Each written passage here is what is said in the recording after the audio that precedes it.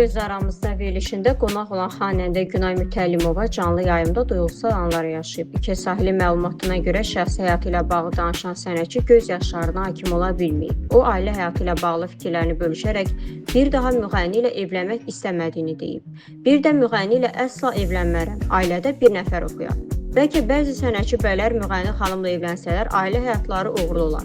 Mən öz yaşadığımı deyirəm. İfaçı keçmişdə ağır psixoloji sarsıntılar keçirdiyini də etiraf edib.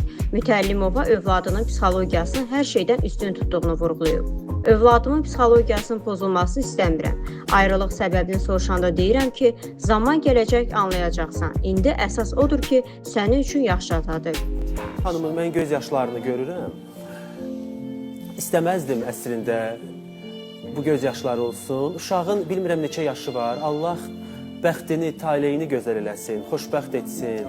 Mən bu cür anaları görəndə həm ana, həm ata rolunu oynayan valideynlərə mən bilirəm əslində Günay xanımı bəlkə də kövrəldən nədir.